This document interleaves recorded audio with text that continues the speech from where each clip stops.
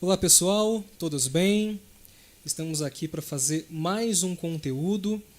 Meu nome é Peterson, me acompanham aqui o Abner, Olá, gente.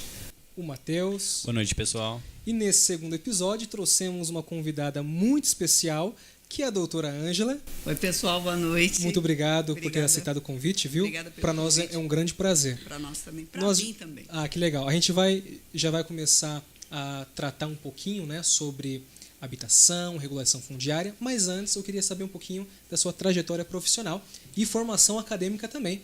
Tá? Então fique à vontade para se apresentar e contar um pouquinho da sua história para gente. Bom, pessoal, boa noite de novo. Vou dizer que é um prazer estar aqui com vocês, é uma honra. Eu conheço o histórico de paixão pela regularização fundiária de todos vocês, especialmente do Peterson.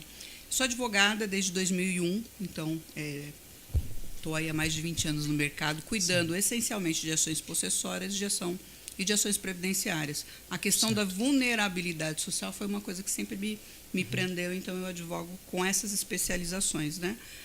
Eu, já na faculdade, trabalhava no movimento de moradia como estagiária e continuei advogando para eles até 2010. Ok. Então, parte dessa experiência eu trago dos movimentos de moradia, tanto da região leste da Grande São Paulo, porque Mogi, Suzano, Itaquá, Ferraz, e também na capital. Fui secretária de habitação de janeiro de 2021 até abril de 2024. Em Itaquaquecetuba. Em Itaquaquecetuba, e sigo aí prestando assessoria, consultoria na área da regularização fundiária. Muito bom. Agora para outros movimentos, para outras empresas e para pessoas que trabalham na área. Muito bom, legal. Então, a gente já pode começar a falar também sobre os movimentos Sim. de moradia, Sim. Que a doutora é bem atuante, né? Sim. Aí eu queria saber com mais detalhes de como aconteceu, Sim. O que te levou, o que te chamou a atenção para participar desses movimentos e como foi o progresso disso, quais foram as conquistas. Você pode ter a liberdade de falar, tá? Olha só, quando eu estava na faculdade, um dos integrantes do movimento de moradia estudava comigo, fazia faculdade de Direito junto comigo. E, à época, esse movimento, que era o movimento dos sem terra urbanos da região leste da Grande São Paulo, ele estava concentrado em vários municípios, né? Suzano, Mogi, Itaquá, enfim. E eles tinham um convênio com uma entidade da Alemanha, que era a Miseror, que eles colocavam dentro dos canteiros de obras advogados e estagiários para atenderem aquelas famílias que faziam parte do movimento de moradia. Àquela época, esse movimento de moradia, ele trabalhava ele tinha contratos, ele tinha convênios com a CDHU e ele construía unidades habitacionais na forma de mutirão e autogestão. Certo. Então, as famílias, quando elas iam lá trabalhar, elas sempre precisavam de atendimento social e jurídico. Então, por força disso, eu fui convidada quando eu estava na faculdade, me formei no meio do caminho, e aí isso virou uma paixão, porque a gente acaba se adequando àquele ambiente de estar sempre conversando com as Sim. pessoas sobre as questões habitacionais, e por ali eu fiquei, o movimento de moradia se desenvolveu, cresceu, depois teve um declínio, um dos líderes foi inclusive assassinado e tal, mas por conta dessa experiência eu comecei a ser contratada em outros movimentos de moradia, mas aí já não para falar de construção ou produção habitacional, para fazer defesas em ações de reintegrações Certo. de posse mesmo. Então, foi assim que a minha carreira na área da questão habitacional se desenvolveu.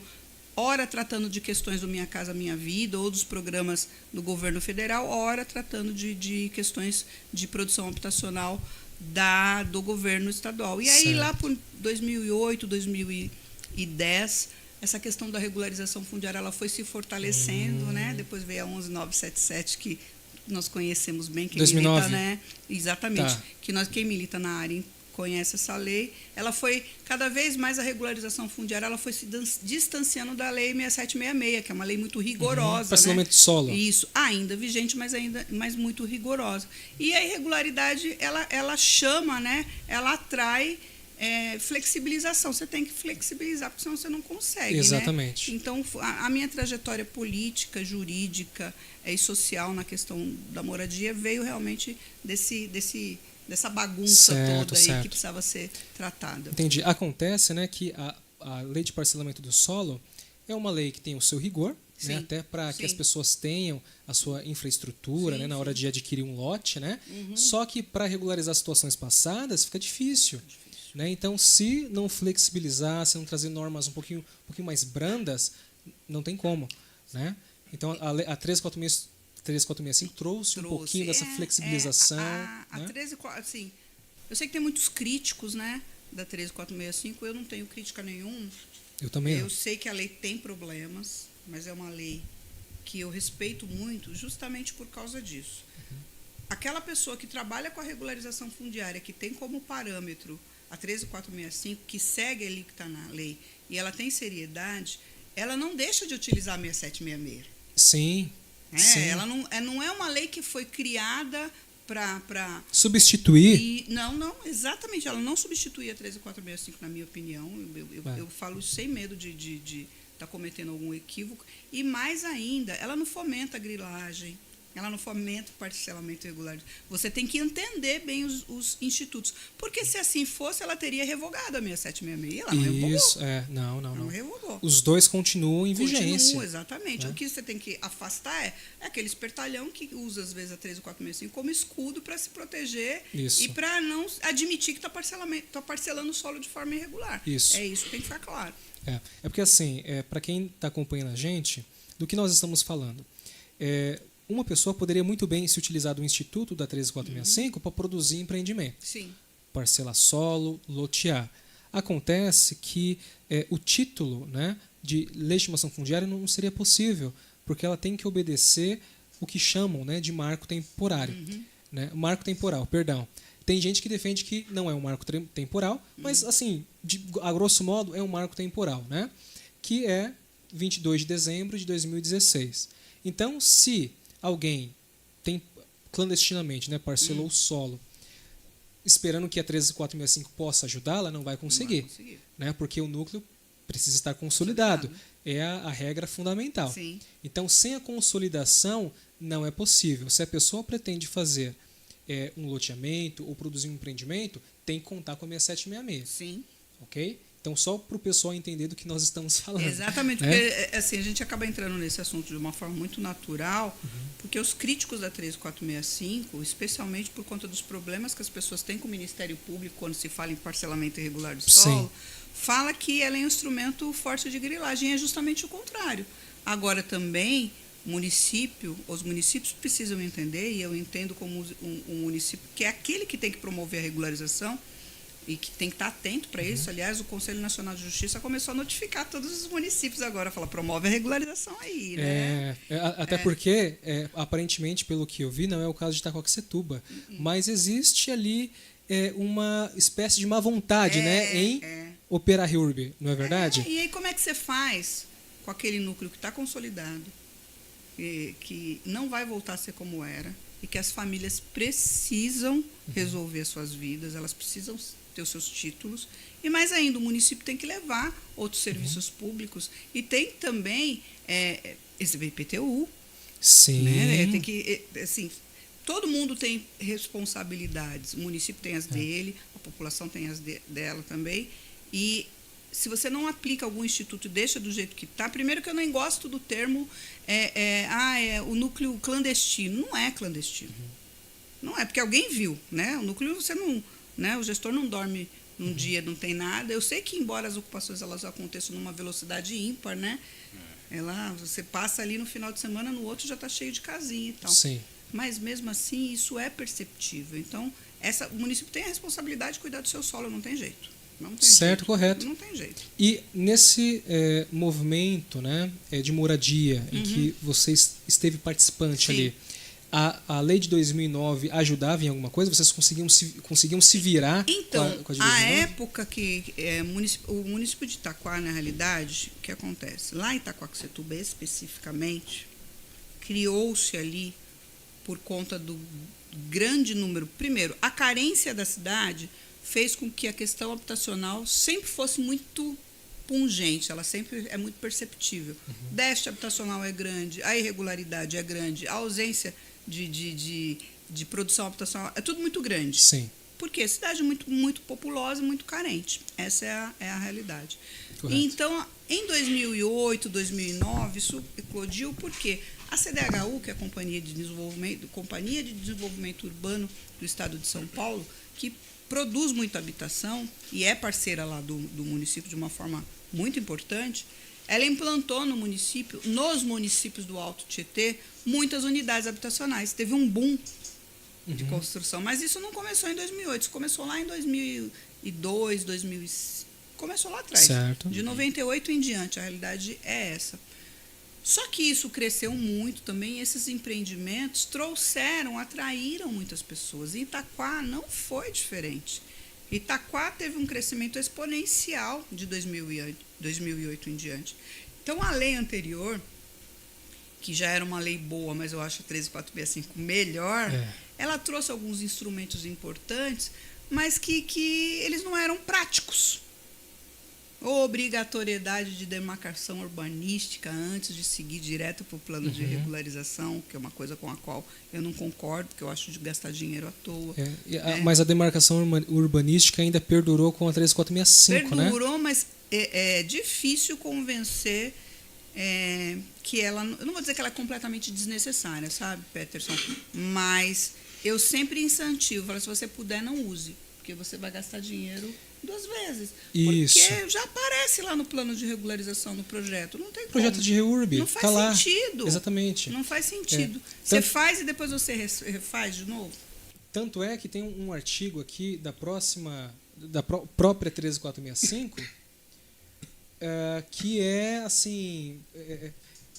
que chama atenção, né? A própria lei aqui fala sobre a demarcação urbanística. Só um minutinho, pessoal, que eu estou encontrando aqui o artigo, que é muito interessante sobre a demarcação urbanística, que, ao meu ver, não tem serventia nenhuma, né? Então, eu particularmente acho. Então, lá em Itaquaquecetuba, nós já tínhamos uma lei municipal potente e, em 2009, o município se conveniou ao Programa Estadual de Regularização Fundiária. Certo. Cidade Legal. É uma pena que, apesar disso ter acontecido lá atrás, veja, né, há muito tempo atrás, nenhum gestor desenvolveu o programa. Não se utilizou da forma adequada. Ficou ali, sabe, pegando uma ordem... O Cidade Legal, para vocês entenderem, hoje lá Itaquá opera com Cidade Legal e opera com o Programa Municipal de Regularização Fundiária, porque tem uma licitação que foi contratada pela própria prefeitura. Mas legal. É muito parecido com o Cidade Legal, feito de uma forma diferenciada e tal, porque mesmo no Cidade Legal o município sempre trouxe muito para perto a questão do desenvolvimento das ordens de serviço. Então, o Cidade Legal contrata, por meio de licitação, ele tem contratos com empresas que fazem análise de diagnóstico, fazem topografia, fazem as peças técnicas necessárias que vão compor lá a CRF da regularização fundiária. Eu encontrei, inclusive, se quiser concluir também, pode ficar. Isso já não é uma novidade, uma inovação trazida por meio da 13465. Muitas coisas já deveriam ter sido desenvolvidas antes de 2009 em diante, quando o município se filiou ao programa Cidade Legal. Certo. Ia ter que acontecer uma adequação, porque a lei mudou naturalmente, mas ia ter muita coisa desenvolvida. E não precisou o atual prefeito, quando começou a desenhar lá o plano de governo dele, que ele viu a importância da regularização fundiária, sim, porque a regularização fundiária ela tem um capital político também muito potente, né?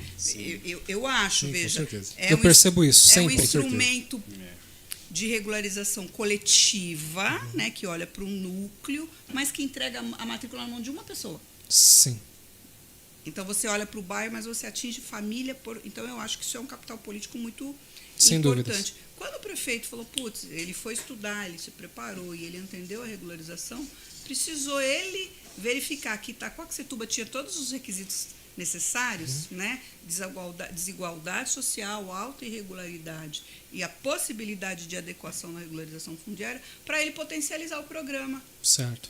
Não fosse isso, não fosse a vontade política para entender o instrumento político e para aplicar, estaria lá, sabe? Porque tem outros, Cidade Legal contempla todos os municípios de São Paulo. Uhum. E tem município que não tem isso. Não se interessou. Não se interessou.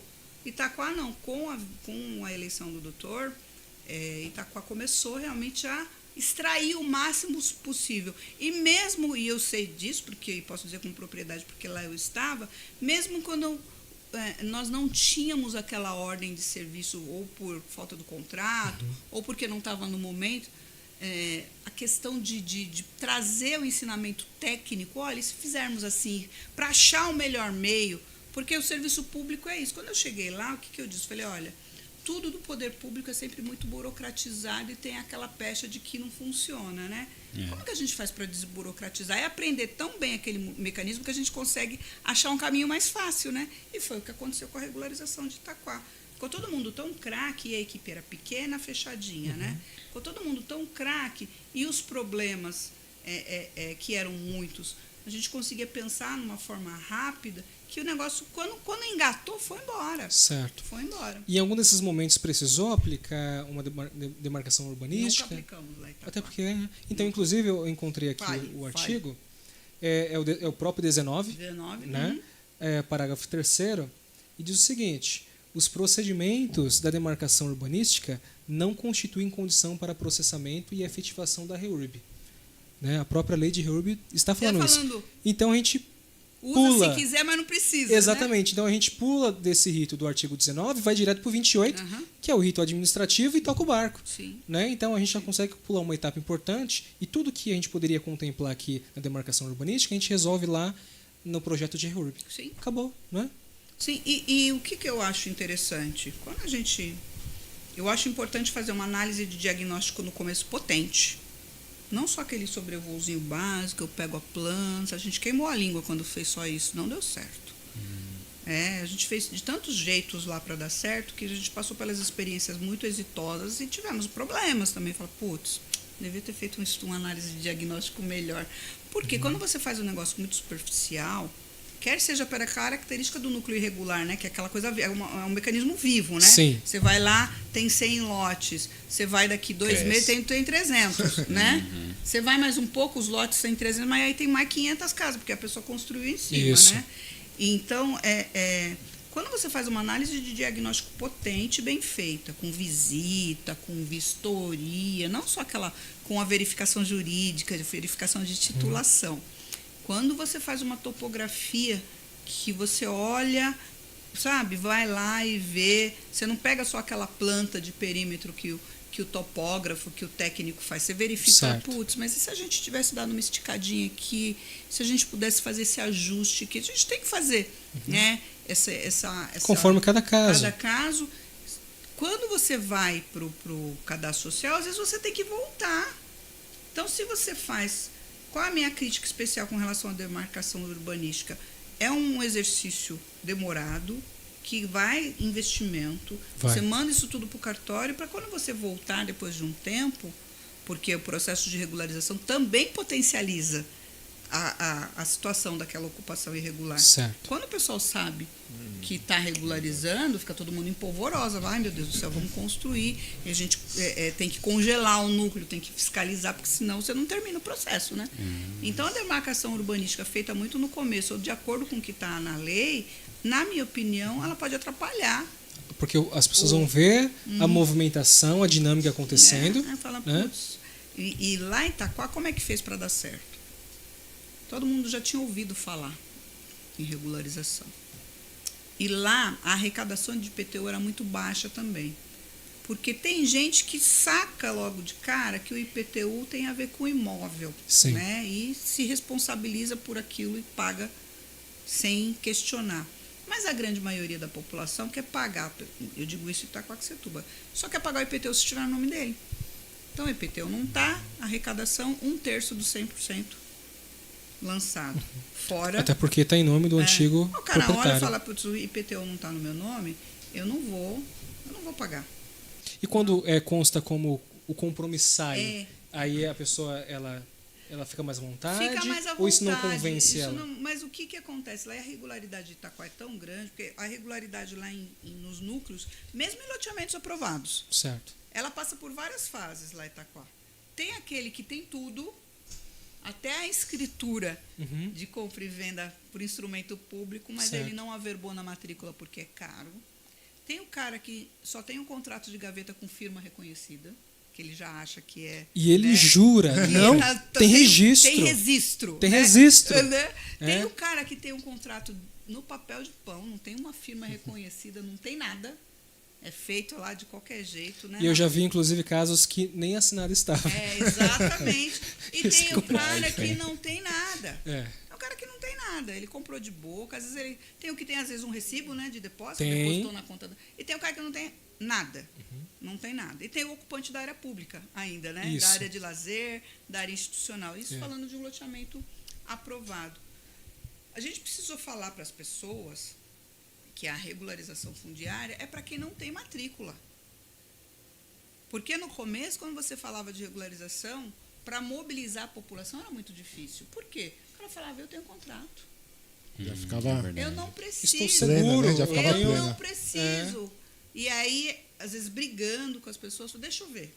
Vai com o que você tiver. Então, ótimo que você tem. Porque se você tem, você também vai ter que ser notificado como confrontante. Me ajuda, então, a notificar. Então, a participa, colabora com o trabalho. Vai lá. Né? Mas na maioria absoluta, meninos, dessa verificação desses documentos, ninguém tinha.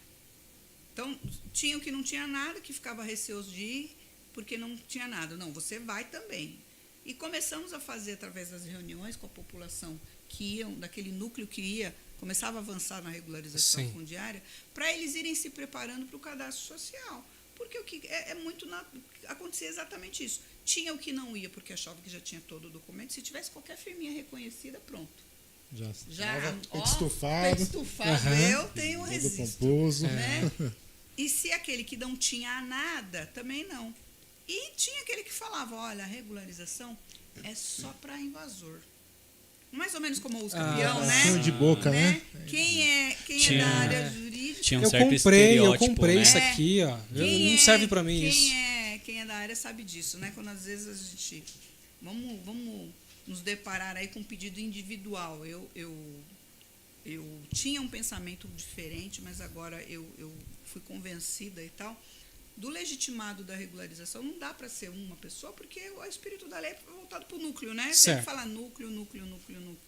Mas vamos pensar que a gente tenha que regularizar a casa de uma pessoa fora do núcleo de regularização, que tenha que ser através de uma uso capião, por qualquer outro motivo, porque talvez às vezes é mais fácil do que fazer uma retificação. Certo.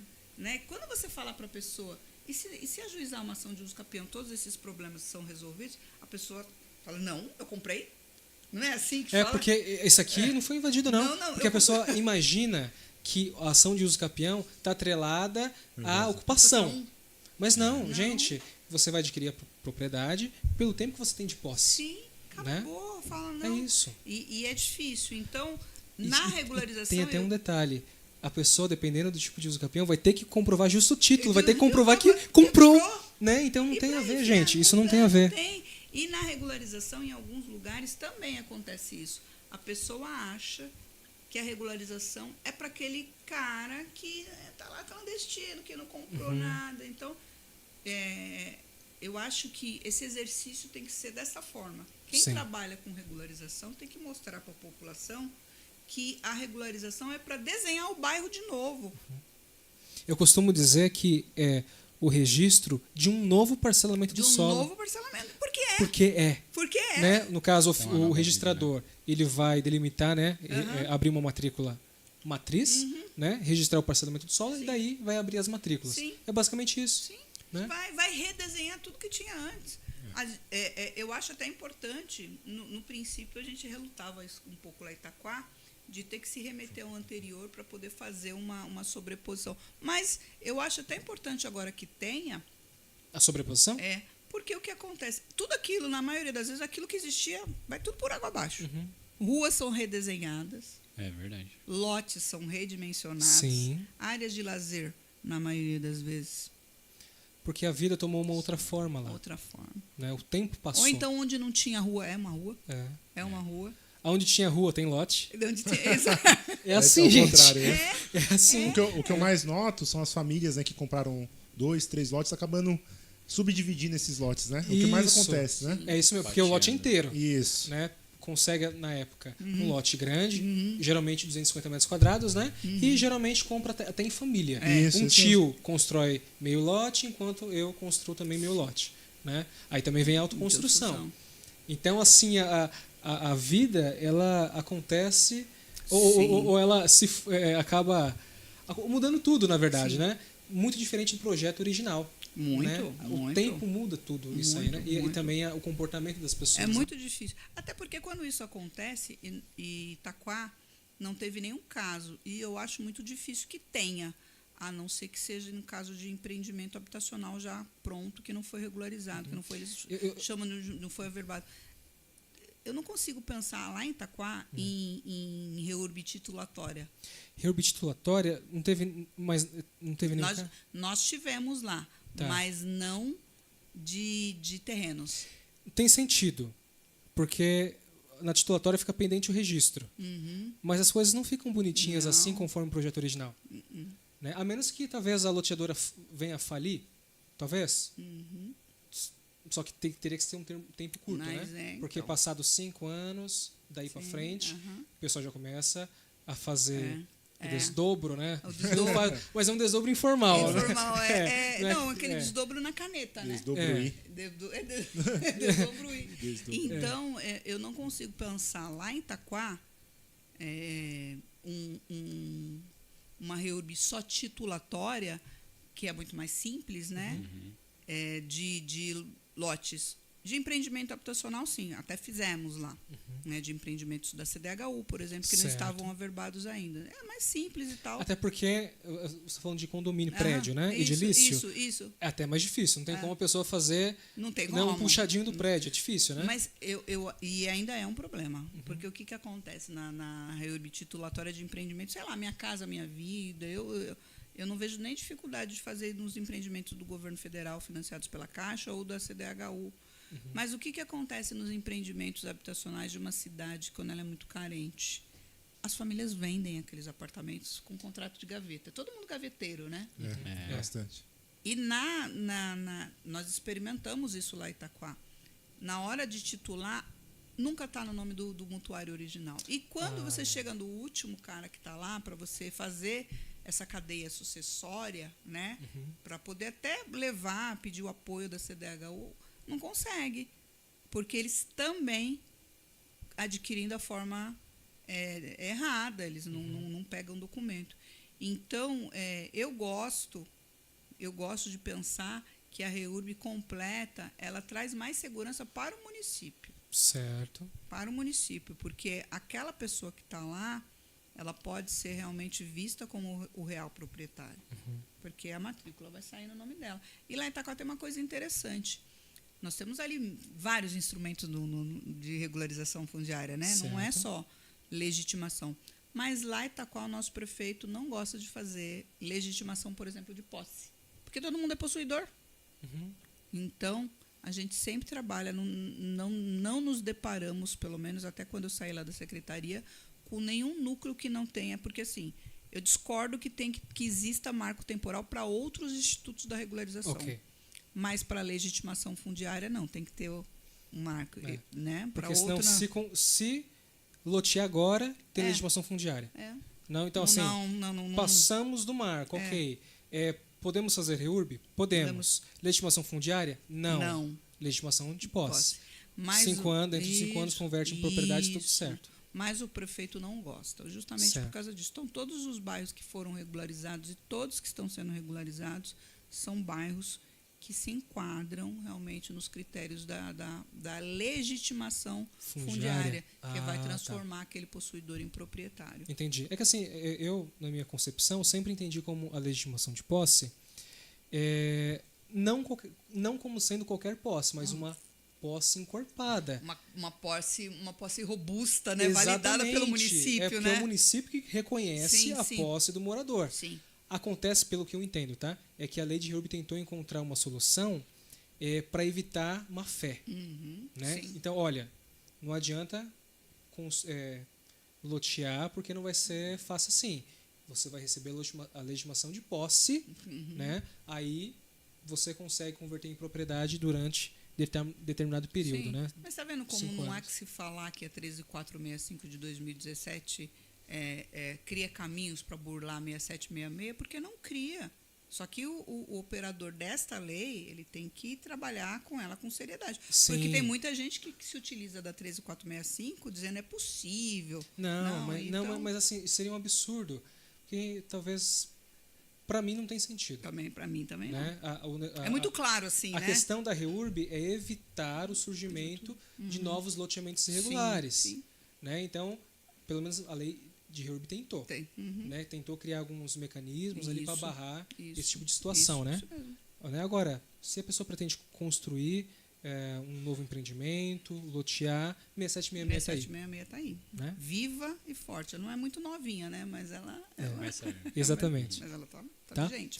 Vocês têm ainda alguma pergunta? Eu tenho. Eu fico imaginando aqui que como a doutora iniciou a carreira dela em 2009, mais ou menos. Na regularização, sim. Na questão habitacional antes. É que, na verdade, essa lei de 2009 ajudou. Que em Itaquá tem uma lei, a Lei 2579 de 2008. Ela chama... Ai, meu Deus do céu. A moradia legal, se não me engano. Ela foi editada em 2008 e ela já tinha ali a previsão, claro que com os elementos da legislação contemporânea, ela já tinha elementos da regularização fundiária muito fortes, ela já tinha ali. Então, eu ouso dizer que as pessoas que trabalhavam na Secretaria de Habitação lá de Itaquá dessa época, elas já eram meio que visionárias para o que viria no futuro. É uma lei muito robusta, porque o que acontece? Se o município criar uma lei, e lá Itaquá tem uma lei, que a gente nem menciona muito ela, porque a 13465 é muito ela abarca completa, realmente, né? Ela é mais completa. E suficiente, eu imagino. Isso, e suficiente. Quando o município quer fazer muitas inovações, eu acho que ele corre um grande risco, porque ele tem que estar com um plano diretor muito bem feito. Sim. Ele tem que estar com uma lei de uso do solo muito. Sim. Ele tem que estar com uma lei de outorga muito presente. E então, a lei que foi criada, que é um espelho da 13465, ela é de 2018.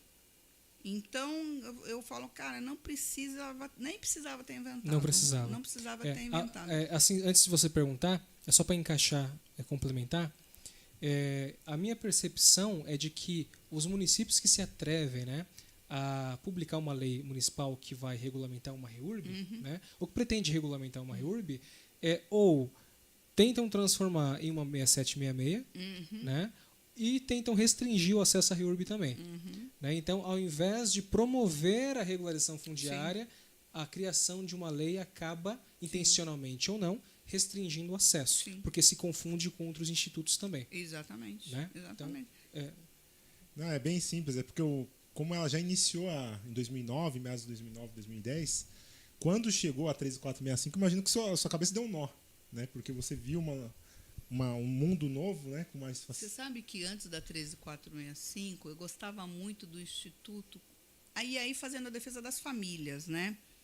Porque o que acontece? Eu falo muito que a regularização fundiária ela não pode tirar o direito de ninguém, nem do proprietário. Porque pouco ou muito, né?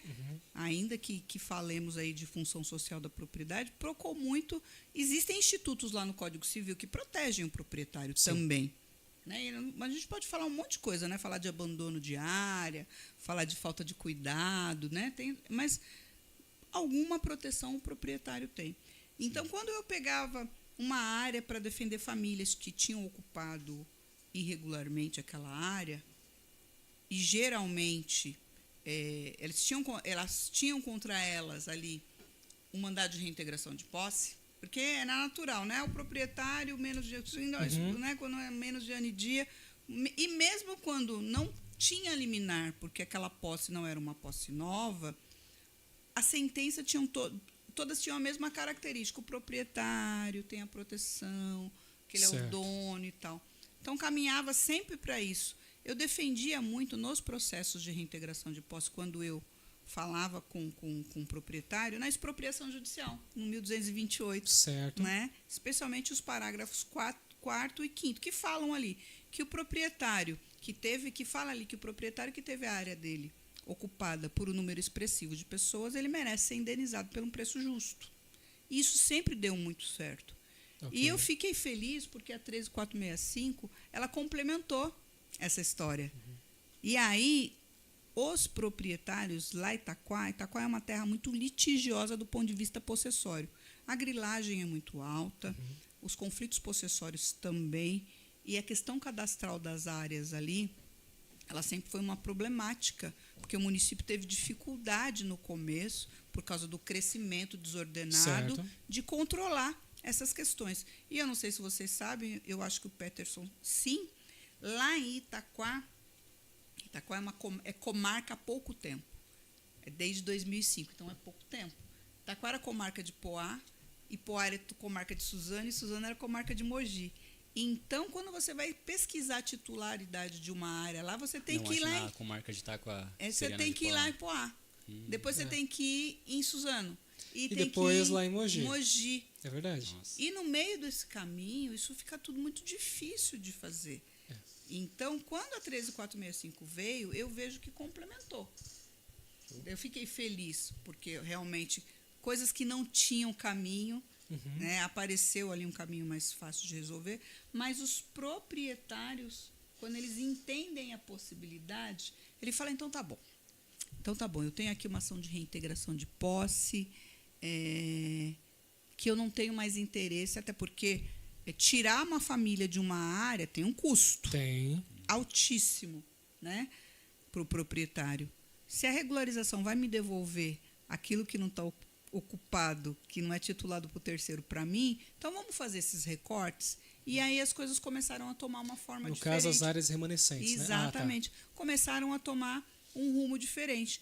Porque o proprietário pôde ver o que era melhor para ele, seguir com aquela ação ou pensar o que ele poderia fazer. Até porque, gente, vamos combinar? Legal, o proprietário tem o direito mesmo de ser indenizado. Legal. Então, ele faz o acordo lá como tem a previsão, porque o 1228, que fala da indenização para o proprietário, ele não caiu. Só que o proprietário pega e faz um acordo com aquelas famílias lá, fala, olha, vocês vão ficar, eu vou receber esse valor, mas o bonito não volta para falar município, quanto que é a mesma infraestrutura, porque na regularização fundiária quem fica com a conta da infraestrutura é o município. Sim, no caso da RioBS, especialmente na RioBS. Especialmente não. Na RioBS. Na RioBS ele pode, se ele quiser, mas na RioBS ele tem que fazer. O proprietário, quando ele pensa em ser indenizado, porque geralmente é o que eles querem, olha, eu quero ser indenizado, eu quero que o município valide isso. Fala, tá, mas e a infra? O município que vai ter que se virar com isso, você vai receber o dinheiro de uma coisa que você não vai ter nem o trabalho de fazer o desenho do parcelamento, porque é o município que vai fazer o plano. As famílias vão te pagar, a gente vai ter que validar isso em algum momento no processo de regularização, porque se em algum lugar vai ter que constar, porque senão você vai entregar uma matrícula para o cara de um imóvel quitado. Isso. E a infra eu também vou ter que fazer, eu acho injusto. Então, tudo fica na conta do município. Fica tudo na conta do município. O município acaba ficando como garantidor universal. Então, assim, eu continuo replicando. O proprietário também tem direitos. No processo de regularização, ninguém perde os direitos. Mas o município sempre fica com a conta mais alta. Sim. Eu acho que isso tem que ser levado em consideração pelo gestor. Pelo menos é isso que eu penso. Então, quando você fala de dar um nó, eu acho que esse caminho, essa coisa acendeu, né? Porque a 11977 não falava muito de infraestrutura, não deixava muito claro quem é que tinha que fazer. A 11977, 2019. Né? 2009. Tá. Ela era, eu não vou dizer que ela era omissa, mas isso nunca ficou muito claro. Né? Na 13465, não. No caso de RioURBS, quem tem que fazer a infra é o município. E, se não me engano, tem também a possibilidade do morador se encarregar as suas expensas, né? Se for mais assim, se a situação permitir, né? Só que fica a cargo do morador, do beneficiário da RioURB, no caso, né? Mas eu acredito que seja um pouquinho mais difícil. E aí, o que aquele cara que vai receber pelo loteamento, que ele nem foi ele que parcelou, mas ele vai aproveitar de um desenho do jeito que está, ele vai só receber a questão econômica. Vai sair na vantagem, né? Bastante, ele vai sair na vantagem. Então, assim, enquanto os proprietários não caminharem no sentido de conversarem com o município e encontrarem um caminho para que o município também não fique no prejuízo, né? Porque o município nem sempre tem valor, não tem Certo. orçamento. E as obras de infraestrutura são muito caras, né? Isso. E também tem uma questão, a própria lei de Reurb incentiva, né, a resolução de conflito extrajudicial. Exatamente. Câmaras de arbitragem, Sim, por exemplo, sim. né? Então, Eu acho que cabe o diálogo. Cabe. A 13465, dialoguem. Sim, Procurem encontrar uma conversem. solução. Mesmo que a gente não tenha conseguido prever tudo, mas vocês têm a liberdade, tem a liberdade de de né? achar um caminho. Exatamente. Enquanto os proprietários não entenderem essa possibilidade de que eles só conseguirão atrair o município para acordos que o município ache vantajoso, enquanto eles não começarem a falar, a colocar a mão no bolso, eles vão continuar tendo problema. Eles Certo. vão continuar sendo remetidos lá para 6766, que eles fogem como o diabo foge da cruz, né?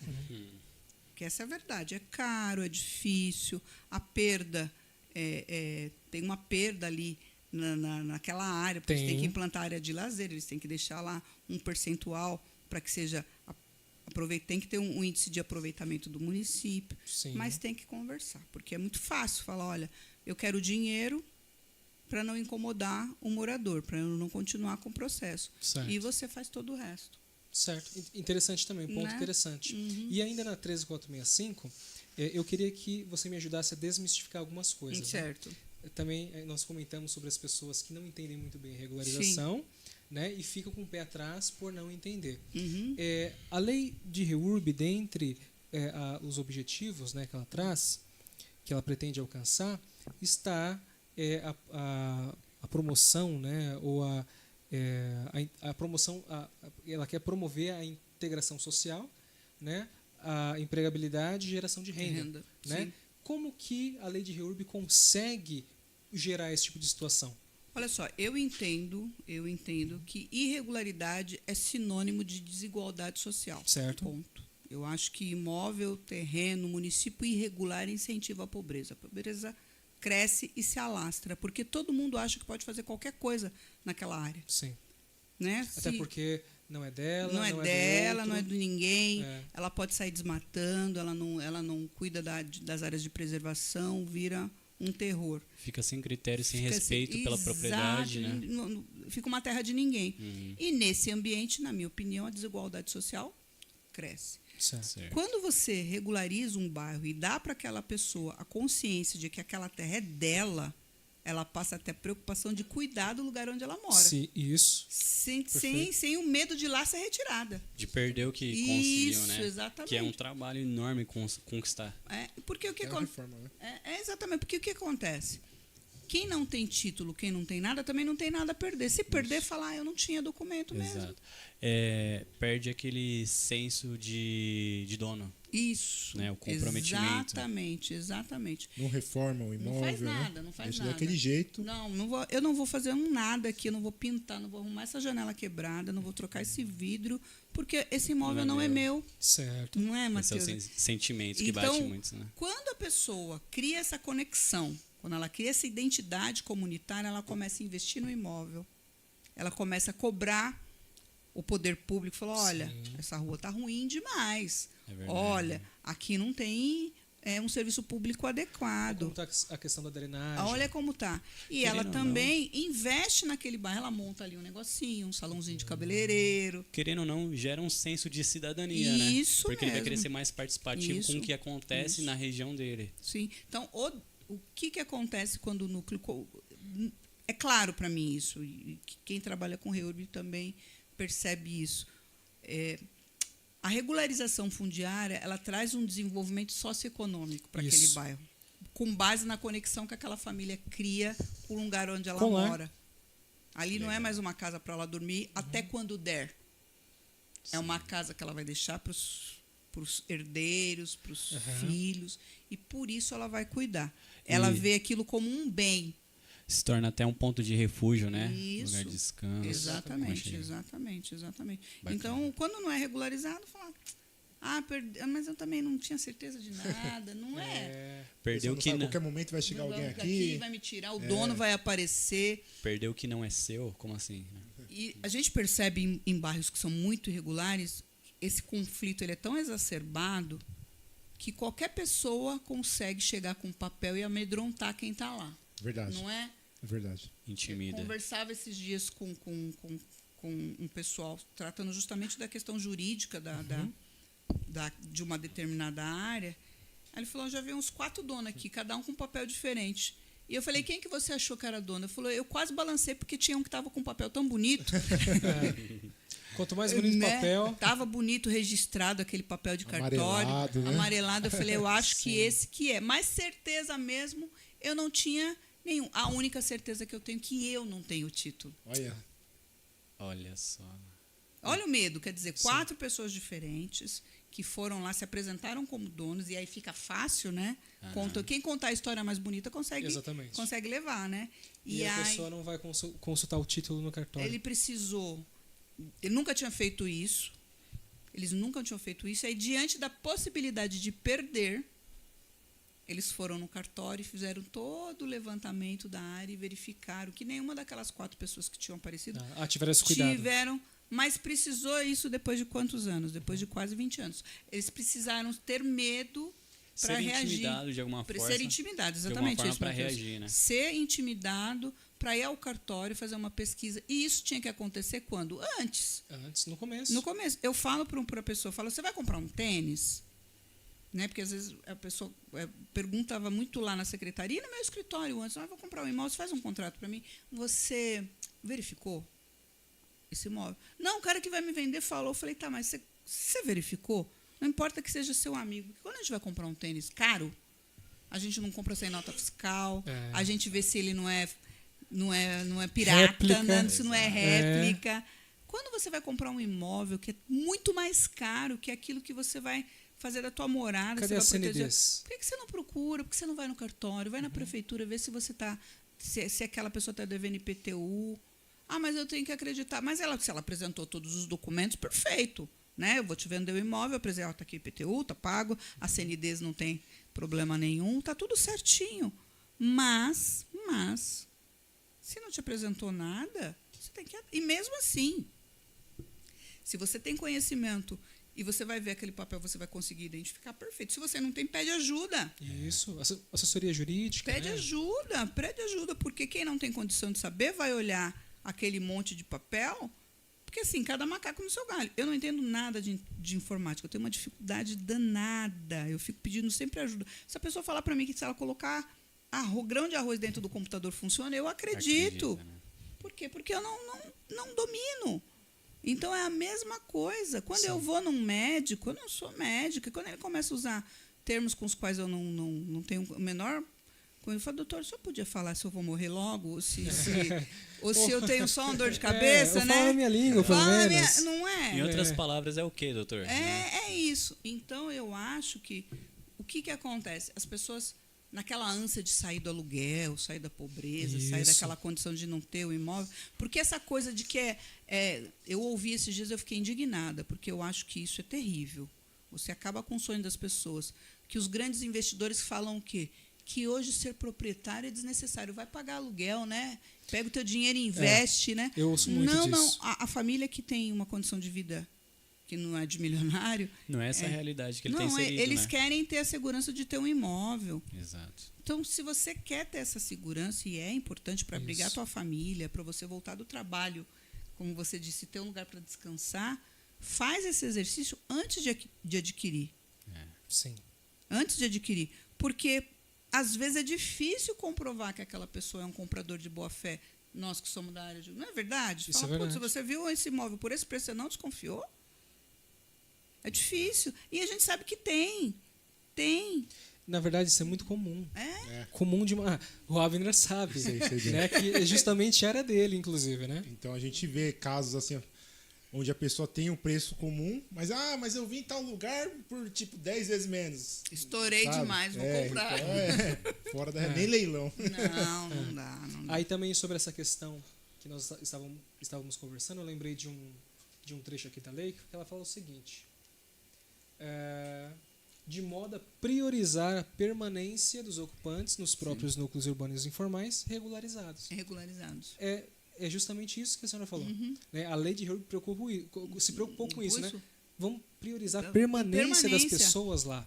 Né? Sabe que a atual secretária de Cidade Legal, ela é advogada, a doutora Candelária Reyes, ela falou uma coisa que eu achei tão interessante, Quando a gente fala em produção habitacional, que eu acho muito importante, desenvolvi lá enquanto secretária, acho que os municípios têm que pensar muito nisso, ampliar.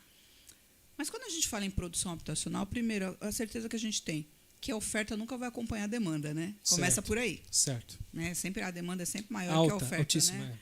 Segundo, a gente está projetando a vida daquela família para o futuro, né? A família não tinha onde morar, ou então pagava aluguel e ela está ali adquirindo uma unidade habitacional para lá fazer de morada. Perfeito, louvável, necessário, importante, constitucional, tudo.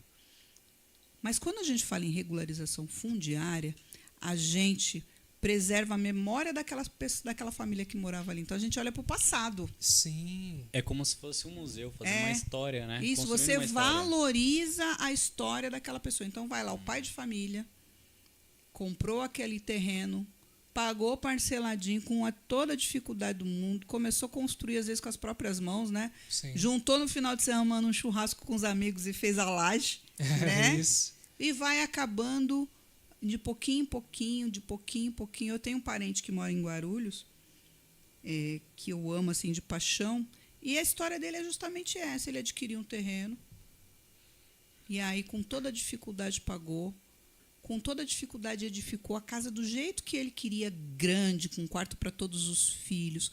Com toda a dificuldade ele fez o acabamento do jeito que ele queria, com aquele piso bonito. Quando ele terminou, os filhos já tinham se casado. Ficou sozinho na casa. Por quê? Eita. Porque é um investimento de uma vida toda.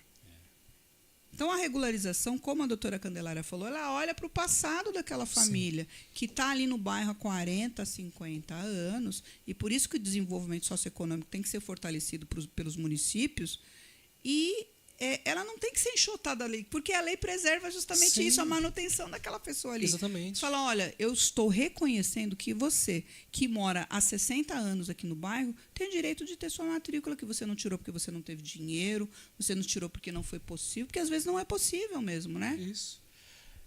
Em termos leigos, respeitando a sua história, né? Respeitando a sua história, exatamente isso, Matheus. Estou respeitando a história da família. Nas entregas que eu participei, elas são todas muito emocionantes, a gente via muito isso. Filhos que contam a história dos pais que começaram. Legal. Maridos que a esposa faleceu no meio do caminho. Esposas que foi o marido. Olha, essa casa era do meu avô.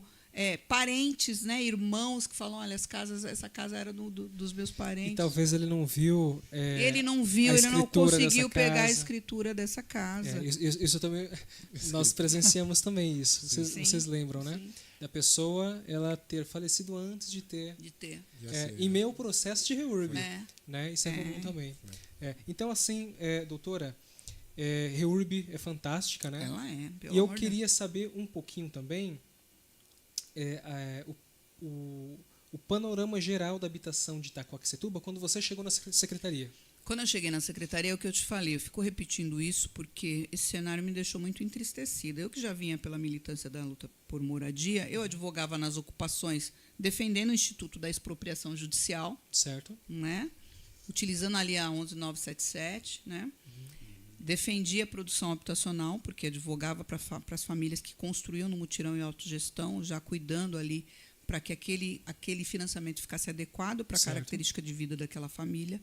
Mas Itaquá tinha uma secretaria com pouquíssimos servidores, nenhum projeto desenvolvido, tinha entregue lá alguns anos anterior o Minha Casa Minha Vida, que dá problema até hoje, né?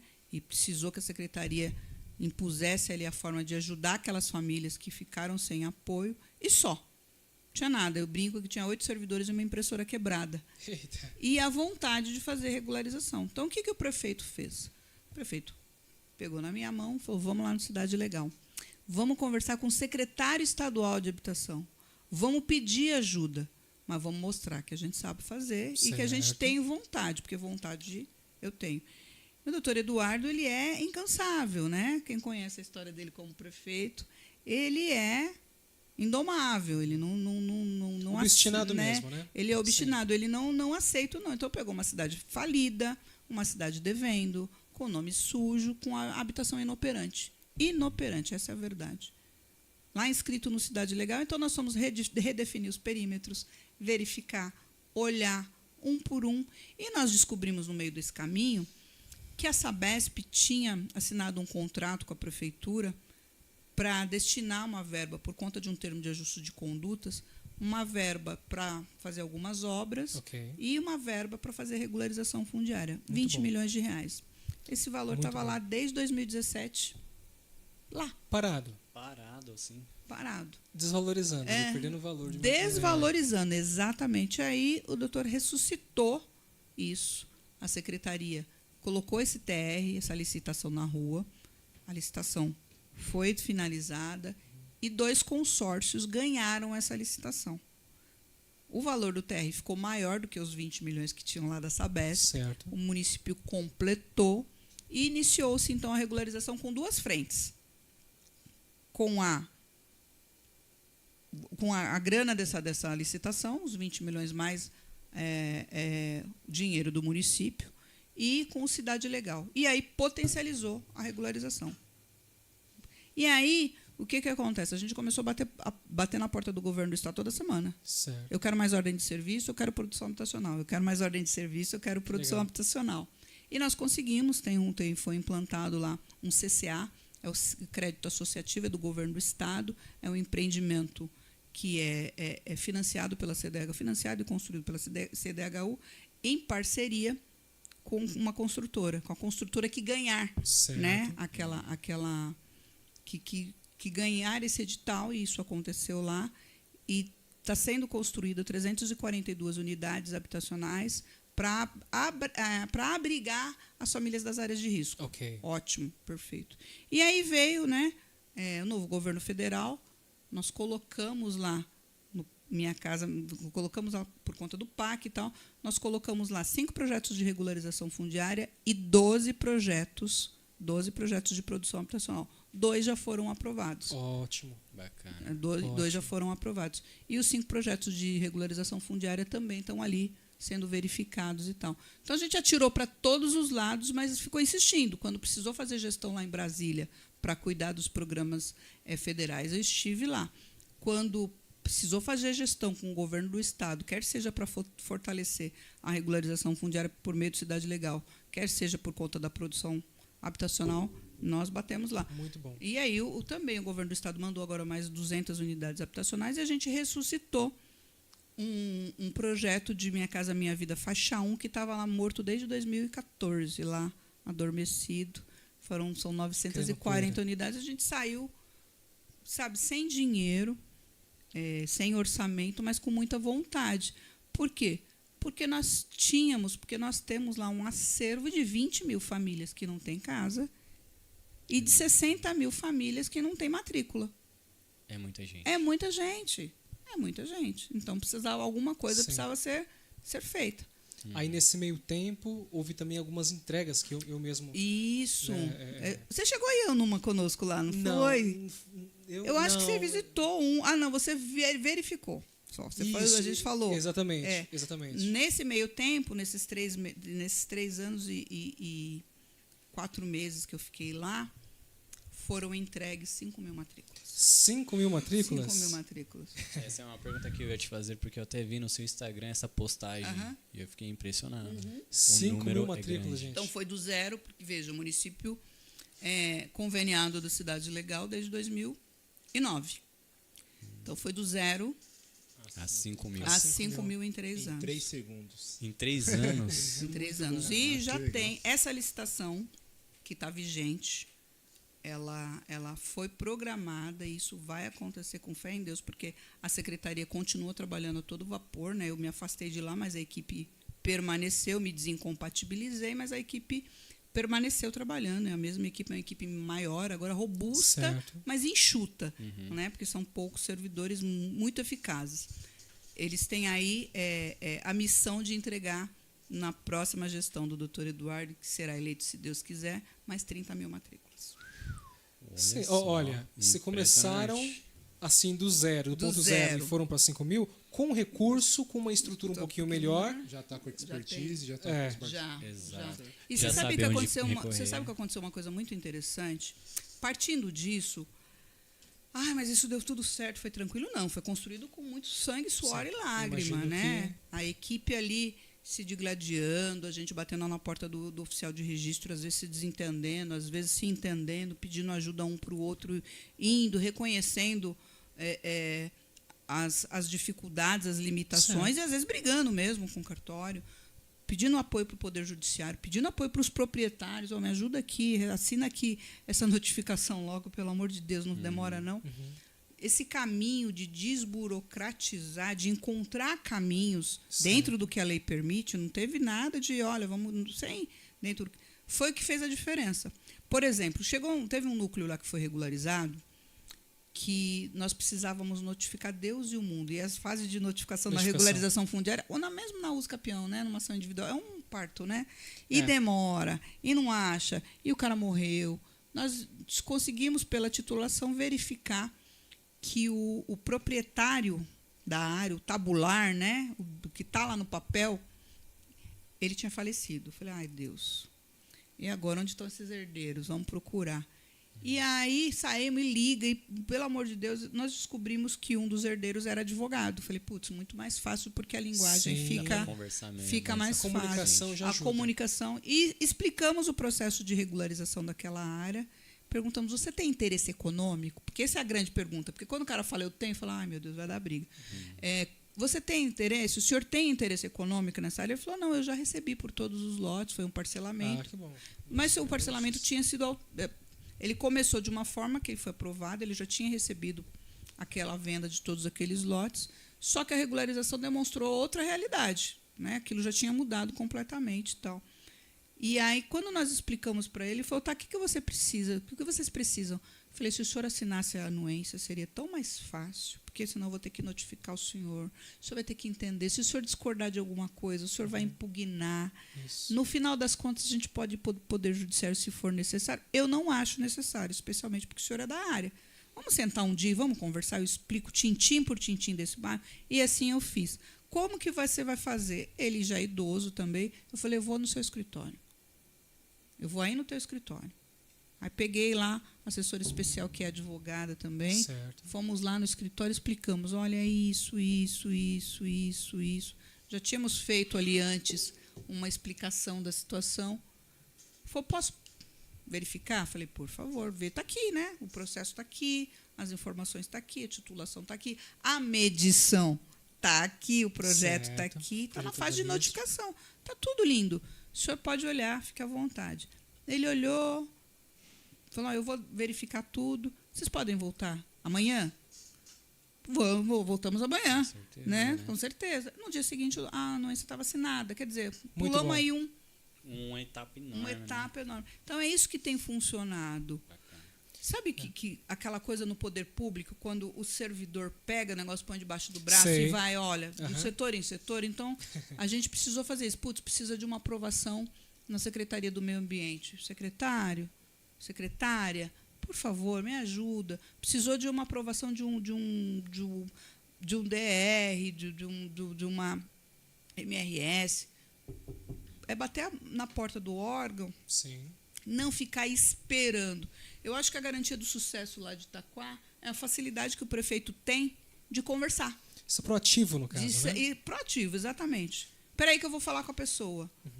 Entender, explicar, todo mundo ficar tranquilo. Sempre foi assim, sempre deu certo? Claro que não. Teve momentos que a gente teve porta na cara. Certo. Mas faz parte na luta luta ali, né? Na batalha. Mas, proporcionalmente, as coisas que não deram certo foram muito menores do que as que deram certo. E aí só por isso eu já fico muito feliz. Entendi. Que bom, eu fico contente com isso, porque essa marca de 5.000 matrículas dentro de 3 anos não é fácil. E eu imagino que tenha sido um trabalho muito difícil, né? Sim. Né? Mas quando a gente faz as coisas com planejamento, competência, as coisas acontecem assim. Então, parabéns, viu? Obrigada. Por esse trabalho. Eu falo muito isso, ninguém faz nada sozinho, não faz mesmo. A equipe é muito boa mesmo. Certo. Bacana.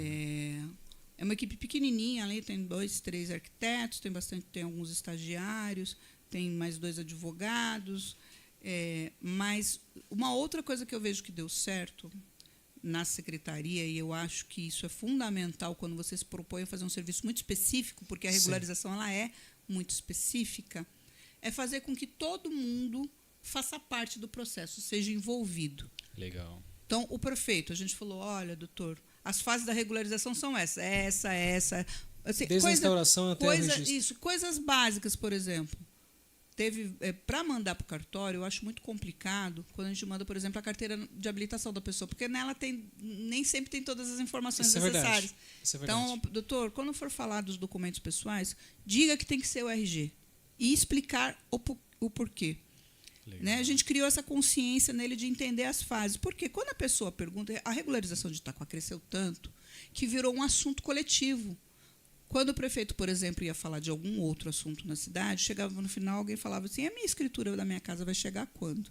Né? Então, o que a gente fez? A gente envolveu todo mundo para entender mais ou menos os processos. E lá na secretaria, desde quem é da área, guardada as devidas proporções, veja, quem é advogado, tem aquela questão jurídica que só advogado vai entender. Sim. Quem é arquiteto, tem aquela questão urbanística, né? Mas da perspectiva técnica, dele, né? ele vai compreender. Ele vai compreender. É. Só que, veja, todo mundo lá da secretaria sabe ler um mapa. Olha que Legal. bacana. Todo legal. mundo lá da Isso é secretaria um diferencial. sabe ver um perímetro, entender né, as diretrizes. Sabe né? ler uma matrícula aonde também, né? deflete, o que significa aqueles graus todos. Sim. Isso aí é com o arquiteto. Mas todo mundo, quando lê uma matrícula, sabe? Compreende. Desde né? o estagiário até quem está lá. Todo mundo sabe como é que procura se aquele imóvel está indicado ou não. Porque o que acontece numa cidade, e eu digo isso porque eu conversei com outras pessoas, eles falam a mesma coisa, numa cidade onde a regularização fundiária se potencializa e vira esse capital político de todo mundo querer, Sim. é comum o munícipe chegar e falar, a minha casa vai receber? Então, Você contemplado? eu vou ser contemplado? Então, acontece isso muito em Itaquá. O cara chega lá na recepção, a mulher chega lá na recepção, olha, eu moro na rua tal, a minha casa vai receber matrícula? Aí a pessoa chega, só um minutinho. Olha, qual o número? Está no perímetro, fala em qual estágio está, e mais do que isso, dizer que tem gente, e com propriedade, porque é difícil falar não, né? Dizer que tem gente que não vai ser contemplado, não é nem porque está fora do perímetro, é porque ela está em área de risco. Ela pode ser realocada. Isso, ali. olha, se não aparecer nenhum projeto para mitigar, que a gente fala nem mitigar, porque é uma palavra muito complicada para a população entender. Se não aparecer nenhum projeto para tirar aquele risco, a tua casa não vai receber regularização. Mas explicando para a pessoa, para não criar aquela sensação, isso aí é tudo conversa fiada, tá vendo? Não, assim, Aquele sentimento de abandono também, né? Isso, de rejeição, você não merece. Assim, eu imagino o seguinte, a pessoa sendo atendida, recebendo atenção, e ela entender a explicação, eu acho que não vai levar mal. Ela vai entender a situação em que ela se encontra, né? Eu moro em uma área de risco, Sim. daí precisa ser ou solucionar esse risco, gerido ou eliminado. Ou a gente sair de lá, melhor dizendo, né? O eliminado ficou pegou mal. Pegou bem. Não, bem pelo mal. amor de Deus, né? Pegou bem, né? Não, mas então, eu acho que isso funcionou muito bem lá Eliminar o risco. na secretaria. Eliminar o risco, não a pessoa. Mas eu acho que o funcionou muito fazer com que a regularização ficar. Todo mundo falar a mesma língua. Por exemplo, chega lá, olha, tem um morador aí do bairro tal. Aí quem atende fala, olha, bairro tal já está no fase do cadastro, é com a pessoa que tem que conversar. Sabe aquela coisa? Saber direcionar, né? Também. Saber direcionar. Mas o que você falou é interessante, porque assim, parece que todos da equipe estão do jeito que você falou, é um indicador que todos da equipe estão envolvidos com a questão e dentro do cada um da sua limitação, sabe pelo menos alguma coisa para tratar Isso. com a sociedade, com quem precisa. Sim. E dar um direcionamento humano. Sim. Porque muitas das vezes é muito mecânico e em vários lugares a pessoa não quer nem saber. Né? E isso é um diferencial. Então é louvável e tem que ser parabenizado. E assim, você chegar para uma pessoa e falar, você pode, por gentileza, aguardar, porque o setor técnico de topografia vai analisar o perímetro da sua casa e a pessoa sai em parafuso e não entendeu nada, sai desgostosa, muito técnico, né? Então, assim como falando juridicamente, às vezes. Então, tem que ser claro, a população tem que entender aquilo que o gestor está falando. Certo. Tem que entender. Certo. Então, Porque vai ter vez que o gestor vai desagradar aquela família. Isso. mas pelo menos vai ter um motivo, vai poder explicar. Isso, né? exatamente. Então, primeiro, REURB é um assunto impressionante. Eu acho que apenas essa edição não vai ser suficiente. Não vai ser suficiente. Vamos ter que te chamar outras vezes, tá? Sim. Então, eu quero só encaminhar para o final. Sim. Você também é candidata a vereadora por Itaquaquecetuba, né? As suas propostas são atreladas à habitação também? Fundamentalmente. Tá, imaginei. Mas é como eu disse, como eu sempre digo. Eu acho, e eu tenho um respeito muito grande pela parte técnica. Nós falávamos isso antes de começar, né? Isso. Quem opera produção habitacional, regularização fundiária, quem trabalha com habitação, não consegue fazer isso sem um bom técnico do lado. Porque você tem que verificar o espaço físico, né? Você tem que entender daquela questão técnica, da viabilidade construtiva. Isso. Tem que entender do solo. E isso o operador de direito sozinho não consegue fazer. O assistente social sozinho não consegue. Ele precisa de um técnico. Mas quando eu falo que eu quero ampliar a regularização fundiária e a produção habitacional, a moradia com dignidade em Itaquaquecetuba, se eleita for, eu falo também que eu acho que a questão social é mais importante. Porque, embora todos esses atores da regularização eles são importantes, e da produção habitacional também, a protagonista é a população. Isso. Nós tivemos experiências ruins lá em Itaquá, porque a população não acreditou. Tem um bairro lá que, das 380 unidades que deveriam ser matriculadas, foi a última entrega que eu fiz enquanto secretária.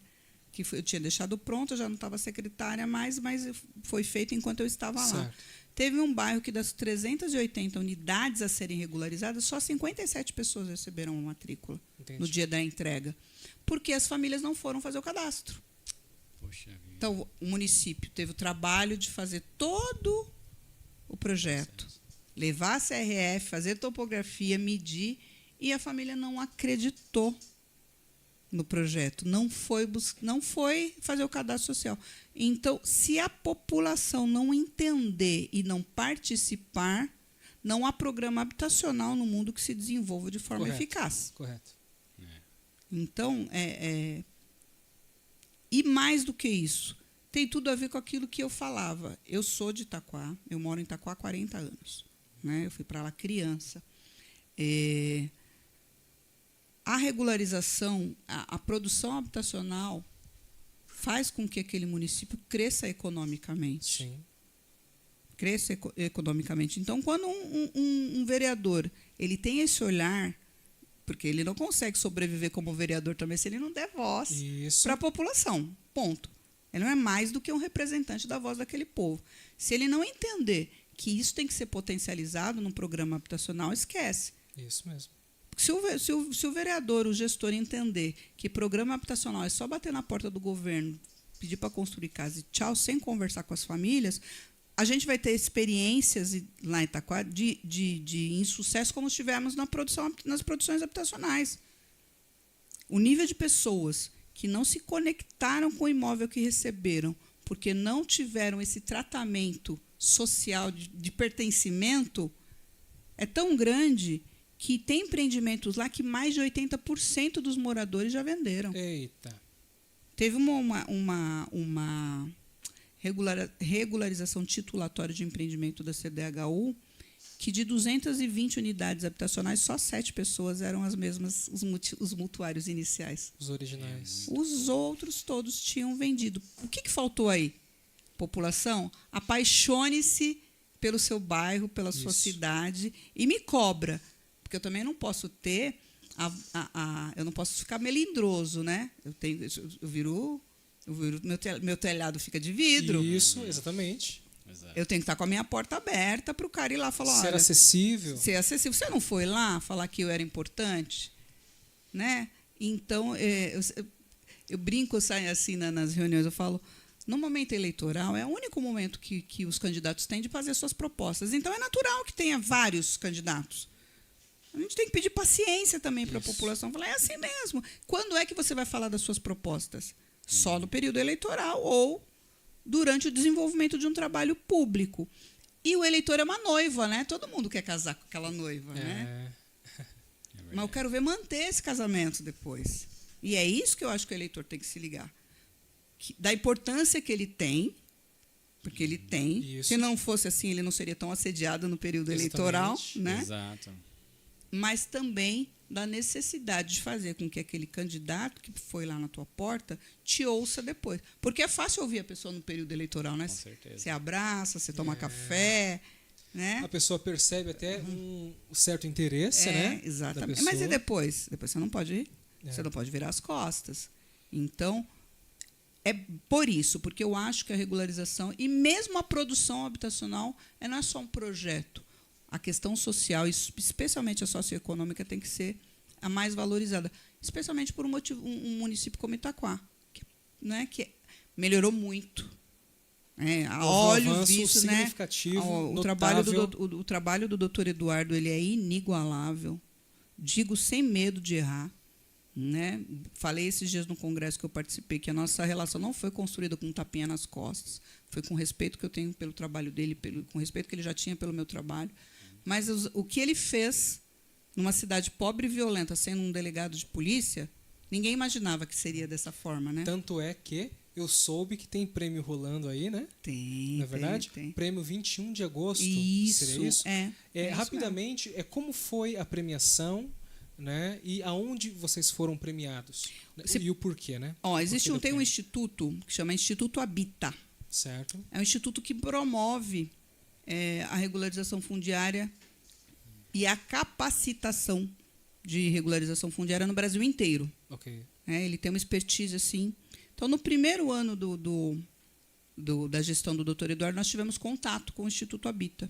E fomos beber na fonte do Instituto Habita e fomos visitar outros estados e participar de outros congressos para entender essa questão da regularização fundiária fora de Itaquaquecetuba. Okay. E foi sensacional, foi sensacional. Esse instituto ele premia as boas práticas de regularização fundiária. Muito bom. E essa questão do desenvolvimento socioeconômico da regularização fundiária lá em Itaquá, a gente faz um momento do cadastro social, de levantar os dados e verificar o que aquela população precisa para aquele bairro se desenvolver e para ela ali permanecer. Esse projeto foi escrito, né, foi pensado por conta de um pedido que o próprio prefeito fez. Ângela, converse com a população, ouça o que eles têm a dizer e veja o que eles precisam.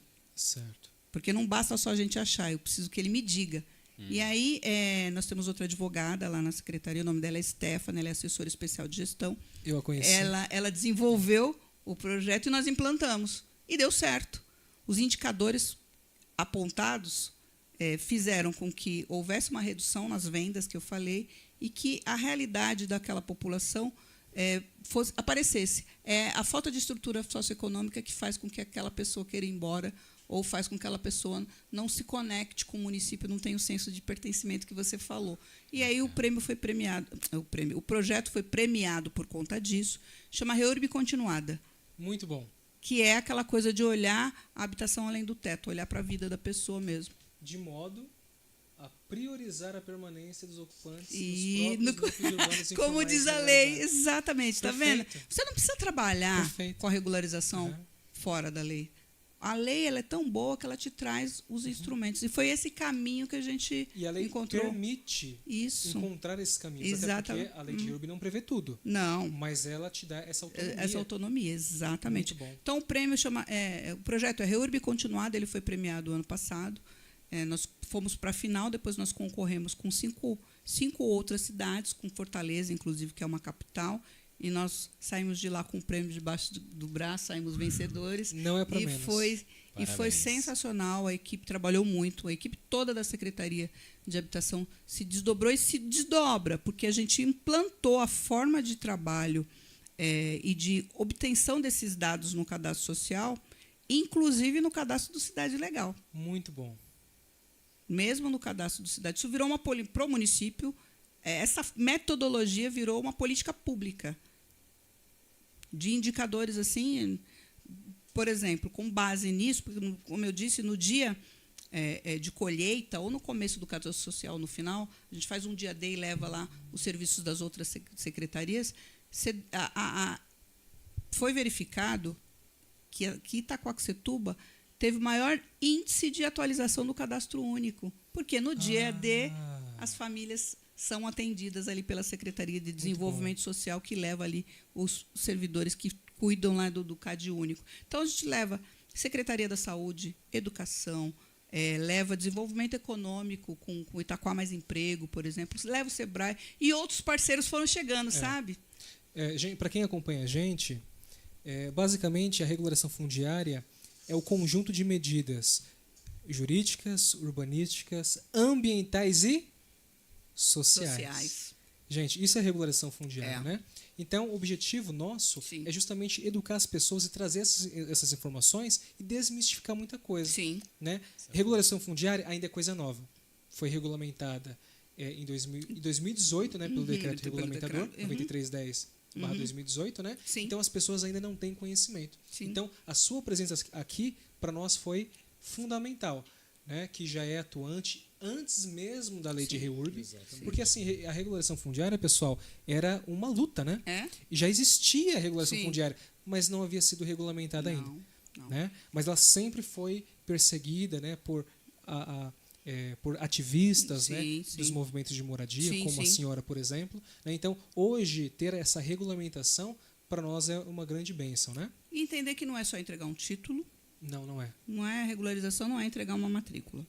Regularização é pensar na infraestrutura do bairro, pensar na questão social, colocar a família no lugar que ela tem, que é o de protagonista, a história daquela família. Lembra que eu falei, olhar para o passado, Isso. né? É muito importante. E o gestor tem que ter vontade. Se o gestor se o chefe do Poder Executivo não tiver vontade, porque é um desafio, especialmente num lugar, numa cidade que queira implantar a regularização fundiária e que tenha pouco orçamento e não tenha a infraestrutura completa, como é o caso de Itaquá e tantas outras na região aqui, a gente sabe disso. Né? É um desafio, por quê? Porque fica caro. É um procedimento que é caro. Exatamente. Isso é verdade. Eu costumo dizer que a regularização fundiária não se trata de escritura. Não. Então, a REURB, os projetos de REURB dependem de obras de melhoria, né? Que são condicionantes para a aprovação dos projetos de REURB. Não basta apenas ter a escritura, você precisa morar em um local digno, você precisa ter soluções de drenagem, soluções de abastecimento, tratamento e esgotamento sanitário, energia elétrica intradomiciliar. Então, não é apenas escritura. Né? É mudar a sua vida completamente. Completamente. Né? Iluminação pública. O prefeito ele gosta de fazer o negócio logo completo. Já coloca iluminação pública de qualidade. Pergunta qual é o equipamento público que aquela família quer, para a gente fazer uma análise de diagnóstico no pós-ocupação importante. Então, é olhar para o antes e olhar para o depois. E você passa nos bairros que foram regularizados, você nem reconhece. É outra coisa. É outra coisa. É outra coisa. Então, Ângela, parabéns. Obrigada. Né? Muito obrigado por ter aceito o convite. Eu que agradeço. Para mim foi uma honra te receber aqui. Que tá? delícia. Tenho certeza obrigada. que é o mesmo sentimento do Abner. Obrigado, com certeza. Né? E muito obrigado. A gente precisa marcar outras vezes, porque a gente falou muito pouco de REURB. Falamos mesmo, tem outras coisas tem muito mais coisas para falar de REURB, né? Que tanto é que eu até tentei dar uma pinceladinha, mas não é o suficiente. A gente precisa parar e tratar de alguns pontos. E tem os aspectos polêmicos também, direito de laje, né? Eu queria ter falado de direito de laje hoje. A questão ambiental, né? A questão ambiental. Eu acho que eu acho que a gente precisa. Eu acho que as pessoas que discutem REURB no Brasil têm que, de uma vez por todas, perder o medo de falar. Isso, é verdade. Eu mesmo tenho algumas críticas que às vezes eu solto por aí, né? Vocês perder o medo de falar. Por quê? Porque isso vai ampliar a discussão. Eu acho que isso já chamou a atenção do CNJ, certo. Bacana. Do Poder Judiciário, porque se um dos institutos e se um dos objetivos da lei é pacificar o conflito, tem que acabar com esse monte de ação possessória que existe no Brasil afora. Ponto, acabou. Então, assim, eu acho que o operador, como vocês eu sei que são, e como são entusiastas e apaixonados assim como eu, tem que perder o medo de falar e tem que ampliar essa discussão. Porque a lei é boa, ela é ótima, mas ela pode ser melhorada e outros institutos podem ser adequados, trazidos, né, para que componham realmente esse arcabouço de leis aí, de maneira que a regularização se desenvolva de uma forma plena. Isso. Né? De uma forma plena. E que possamos falar sobre as polêmicas também, que seja o direito de laje a próxima, então. Né? Então, próxima edição, polêmica, hein, pessoal? Aguardem aí, tem coisa polêmica chegando aí. Tá bom? Mais uma vez, muito obrigado. Pessoal, obrigado, pessoal, que nos acompanhou. Obrigada, pessoal. pessoal. Para nós é muito importante a sua audiência. Muito obrigado. E também aos meus parceiros Abner e Matheus, muito obrigado. Obrigado, meninos. Obrigado. Foi um prazer. Obrigada, Prazer é nosso. obrigada. Valeu, pessoal. Reurban, a casa registrada em seu nome. Definitivamente.